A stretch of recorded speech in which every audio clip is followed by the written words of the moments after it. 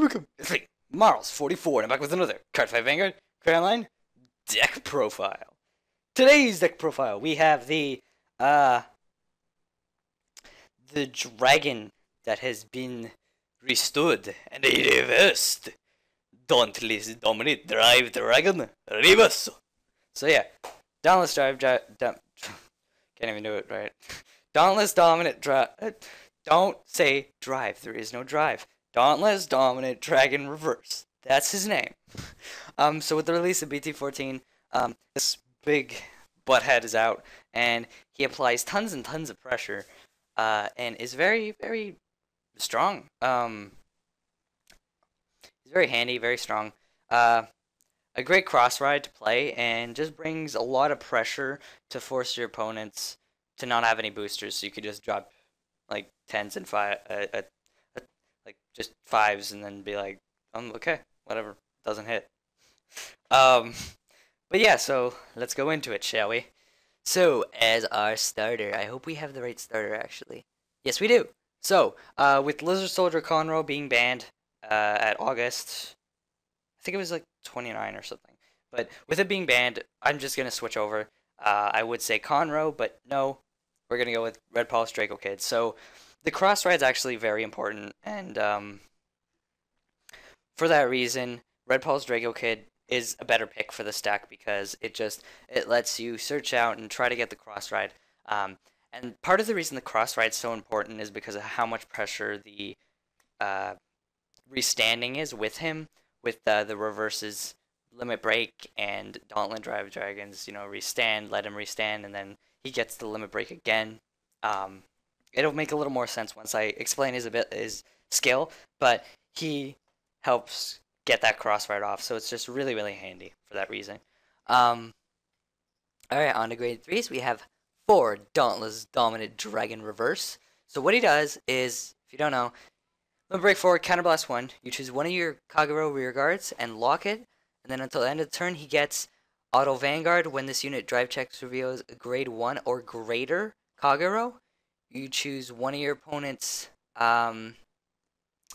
grade 1 or less rear guards, and you retire it, and then this unit gains 3,000 power. So it brings a lot of pressure. All it is a counterblast 1, and it's like an Ethics Buster Extreme for Kagero. That's what I look at it as.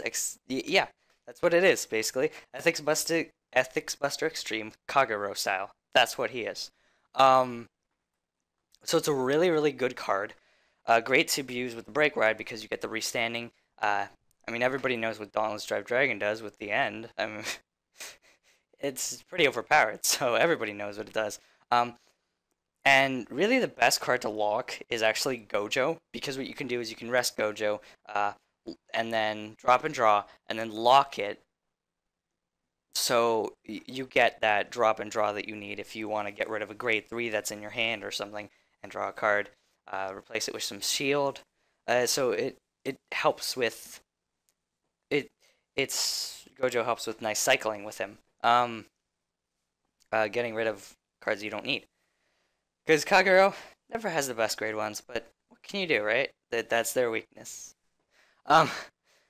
Well, that's part of their whatever. Let's move on. And then we have 4 Dauntless Drive Dragon.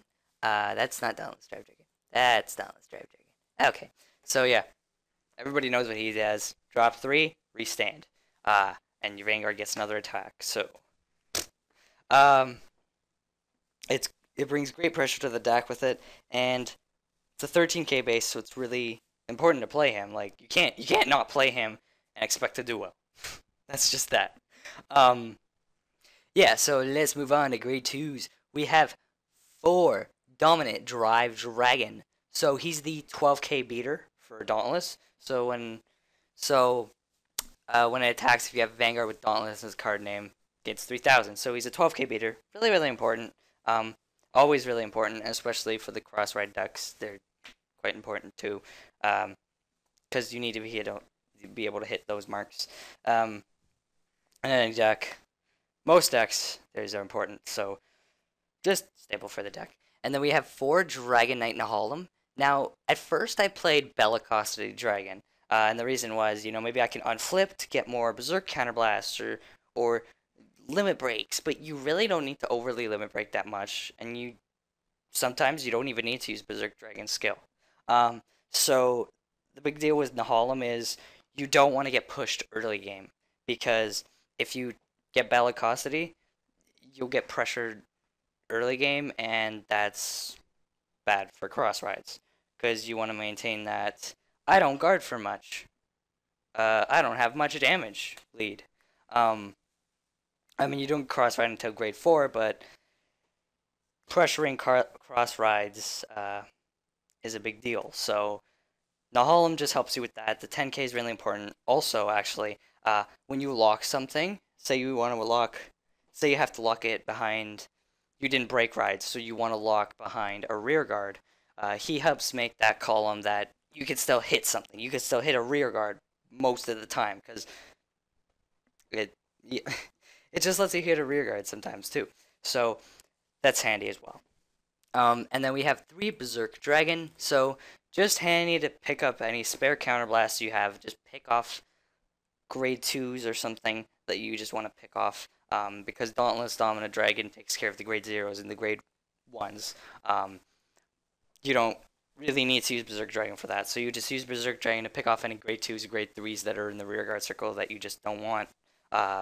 Weaken your opponent's offenses, and just, yeah, that's why you only need 3, because 4 is too much in this deck, because as I said, sometimes you don't even need to use Berserk Dragon's Counterblast. You just pressure with attacks on the rear guards. Sometimes it's not worth it. It all depends on your situation, right? And then let's move on to grade 2 ones now. Not 2s. We were just on 2s. So we have 4 Embodiment of Armor Bahr. So Bahr is really important. He helps you hit those 18k columns. He helps, Dauntless, Dominant, hit the 21 column if your opponent doesn't get to cross ride, or if it's not a cross ride at all. It lets you hit 21 to pressure, 20k guards. And he's a really solid card. Like, he makes a 16k column too, and that could be a big deal, especially if you're trying to pressure for like final turn or something.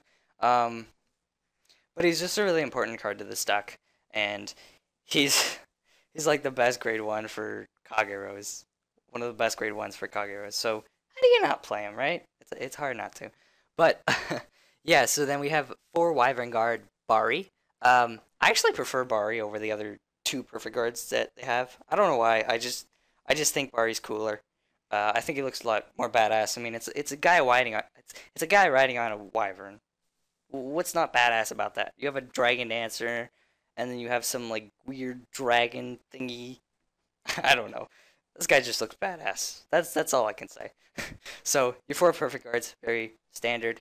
I'm gonna say this now. I will switch out 1 perfect guard for a quintet wall when it comes out, and that's gonna bring up another reason too. Maybe sometimes you can't use Berserk Dragon's Counterblast, because at the ratio it is, you want to have 3 perfect guards and 1 quintet wall, and the big reason is there's 2 reasons. For 1, you lose a lot of cards in your deck, and for 2, you can deck out quickly. So it's kind of the same, but you lose a lot of units, and then you might lose a ton of triggers or a ton of grade 2s or something, and then you could be in a really bad position.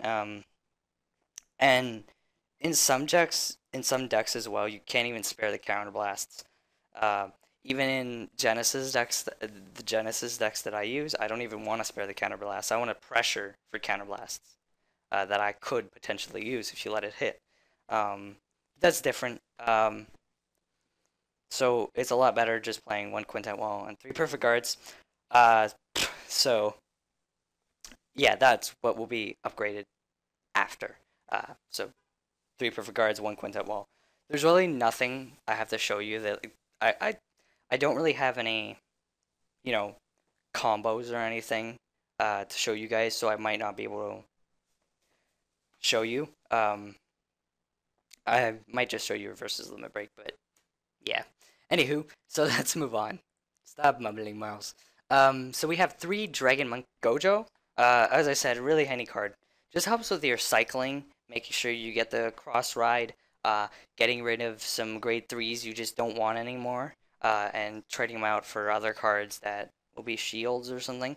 Um, and I mean, all in all, if you drop a grade 3 and pick up another grade 3, it's like you just dropped a grade 3 from your deck, which isn't bad because that means you'll get more shield, you'll get more triggers. So it's not bad. Um, and he's just a good card. He's an amazing card to lock. I only play 3. I was thinking of playing 4, but I don't really need 4. 4 is a little much. I prefer playing 3. Because I also play 1 Seal Dragon Kalze and Kersey, sorry, Crown Online. um, Kersey is really handy actually. Um, Even though it might be better, it not might be better. I thought about it, and playing 4 Gojo is a little much. You're always gonna get 1 Gojo if you play like 3. All you really need is 1 Gojo. Um, and I like playing the Kersey because if you get that moment where you can call and drop and draw, it's really handy because you can still boost. So having 1 is just nice, just in case. And it's better to have 1 of him and 3 Gojo because you don't want to always rest to drop and draw, especially if you really need to as well. And then the last grade ones we have are 2 Calamity Tahr Wyvern. So he's the Kagero finally gets a Soul Blast 2, draw 1 card, and it's really handy in this deck. Especially because also if you use sorry, no, what am I talking about? With if you use a Gattling Claw, you'll actually be able to Soul Blast twice. So if you get 2 of him, you can get another card to your hand. But I don't think you'd have the rear guards for it, unless your rear guards are getting destroyed because you fight Kagero.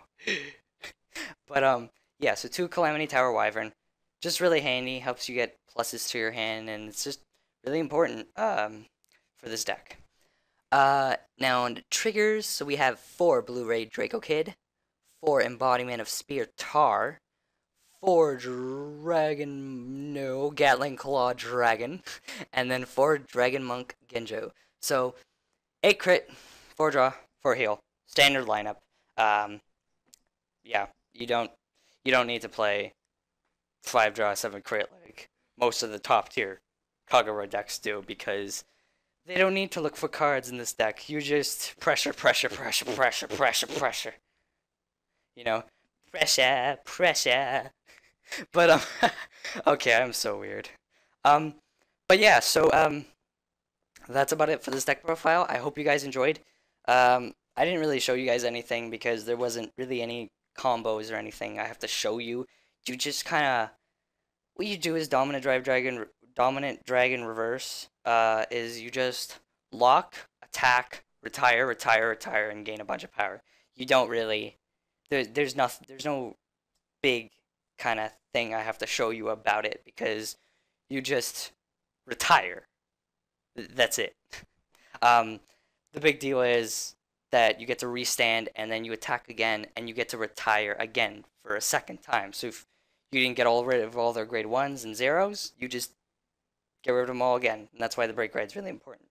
But yeah, there was no big thing I had to show you guys. So thank you guys for joining me in this deck profile. Hope you guys enjoyed it. Remember to like and comment and go ahead and subscribe if you want to see more videos from me.